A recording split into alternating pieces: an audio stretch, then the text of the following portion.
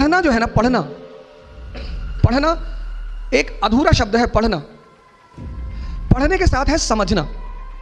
आप में से बहुत सारे लोग कहेंगे साहब हम बहुत पढ़ते हैं, हमको रिजल्ट नहीं मिलता। साहब मैं मानता हूं नहीं मिलता हो।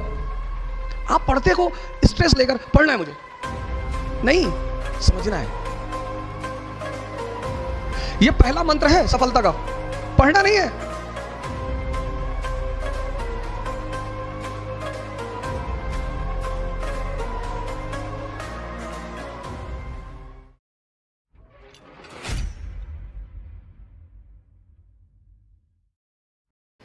तो मैं आपको एक कहानी सुनाता हूं मुगल पीरियड की।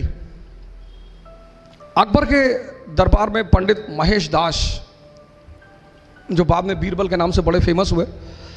अब इस कहानी में, ये कहानी जो मैं आपसे कहने जा रहा हूं, ये भारत की एक संस्कृति है। हमने फिलॉसफी को कभी फिलॉसफी की तरह नहीं लिखा, ये हमारी बहुत बड़ी खासियत है भारत की।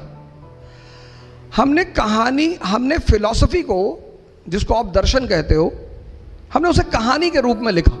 क्यों? क्योंकि कहानी सबसे सरल माध्यम है किसी भी मैसेज को समझने का। हर कहानी में एक मैसेज है। आप मूवी देखते हो मुन्ना भाई MBBS, supreme court of India ने उस मूवी से इतने सारे मैसेज लिए। पहला मैसेज, उस मूवी के पहले अगर किसी व्यक्ति का एक्सीडेंट होता था तो लोग हॉस्पिटल ले जाने से डरते थे। पुलिस सवाल करेगी, मेरा परिवार फंसेगा, मैं क्यों ले जाऊं। लेकिन उस मूवी से सुप्रीम कोर्ट ने यह मैसेज लिया कि नहीं, जब भी कोई घायल आदमी हॉस्पिटल जाता है तो हॉस्पिटल उसे पहले एडमिट करेगा और जो व्यक्ति लेकर जाएगा उससे कोई सवाल जवाब नहीं किया जाएगा। पढ़ना जो है ना, पढ़ना एक अधूरा शब्द है। पढ़ना, पढ़ने के साथ है समझना। अब किताबें कैसे लिखी हैं, आप सब एक किताब पढ़ते हो, लेकिन एक आदमी कुछ ज्यादा समझता है, एक आदमी कुछ कम समझता है। उसके पीछे वजह क्या है?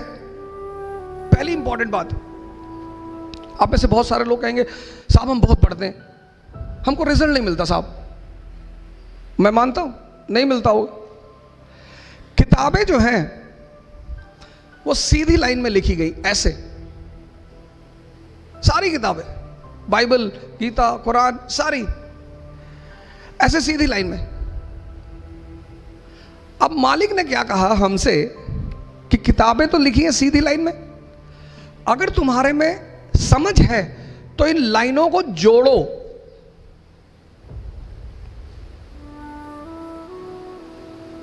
मेरी बात पे फिर से गौर करिए। आप किताब पढ़ते हैं, आप में से बहुत सारे लोग उन लाइनों को जोड़ते नहीं, पढ़ते चले जाते, पेन ले लिया, अंडरलाइन कर रहे हैं। नहीं, जैसे मूवी मैसेज दे रही है ऐसे वो किताबें भी मैसेज दे रही हैं।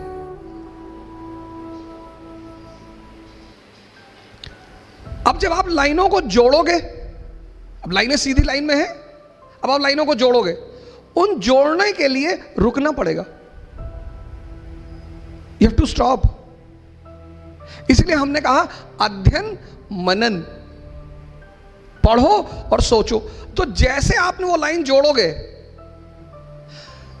तो फिर आपको दोनों लाइन के बीच का संबंध समझ में आएगा। तो मैं अपनी कहानी पर आता हूं और इस कहानी की मैसेज को देखिए कि कहानी आपसे कहना क्या चाहती है। किसी भी चीज को सिर्फ किताब पढ़ने से कोई राजा नहीं बनता। दुनिया में एग्जीक्यूटिव का एग्जाम होता है, सैफिन साहब आपके सामने। जुडिशरी का एग्जाम होता है। पूरी दुनिया में कहीं भी लेजिस्लेचर के लिए कोई एग्जाम नहीं होता। मेंबर ऑफ पार्लियामेंट बनने के लिए किसी परीक्षा को देने की जरूरत नहीं है। मेंबर ऑफ लेजिस्लेटिव असेंबली बनने के लिए किसी एग्जाम को देने की जरूरत नहीं है। क्यों? क्योंकि जो राजशाही है, किंगशिप, वो समझदारी पे डिपेंड करती है, आपकी अंडरस्टैंडिंग।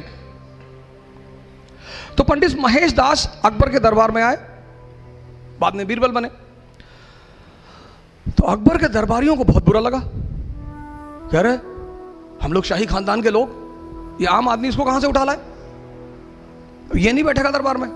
आज तो कंपटीशन है ना, आज तो डेमोक्रेसी है, कंपटीशन है, आप कहीं से भी हो, डेमोक्रेसी कहती है टैलेंट है आगे आओ। आपने कहा साहब हम महाराष्ट्र से, हम बिहार से, अरे उसने कहा ये सब मत बोलो, टैलेंट है, सैफिन हसन हो, हाँ आगे आओ, नहीं है पीछे हो जाओ। ये मत बताओ हम राजपूत हैं, हम पठान हैं, हम ये ना, टैलेंट है साबित करो और आगे आओ। तो जब महेश दास को अकबर ने कहा कि हम अपने दरबार में लेंगे, दरबारियों ने बड़ा विरोध किया, यार है बिल्कुल नहीं।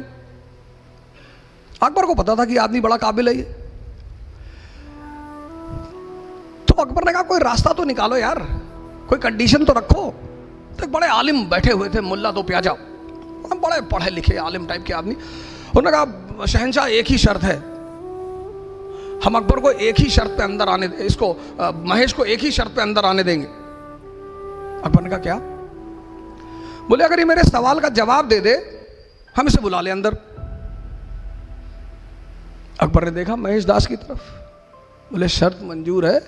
बोले हाँ साहब मंजूर है।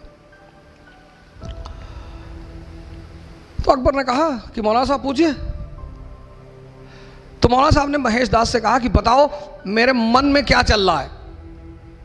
अब मैं कैसे बताऊं तुम्हारे मन में क्या चल रहा है? पर बीरबल ने कहा कि सरकार मुझे पता है आपके मन में क्या चल रहा है, आप चाहते हैं कि शहंशाह अमर हो जाएं, आप चाहते हैं कि शहंशाह की जो हुकूमत है वो पूरी दुनिया पे फैल जाए, आप चाहते हैं कि दुनिया की जितनी खूबसूरत औरतें शहंशाह की सबसे शादी हो जाए। मौलाना साहब तो हंसने लगे। अकबर ने पलट के देखा, कहा मौलाना साहब? बोले सरकार बस यही बातें सोच रहा था सरकार। ये पहला मंत्र है सफलता का, पढ़ना नहीं है, मैसेज। आप पढ़ते को स्ट्रेस लेकर पढ़ना है मुझे नहीं, समझना है।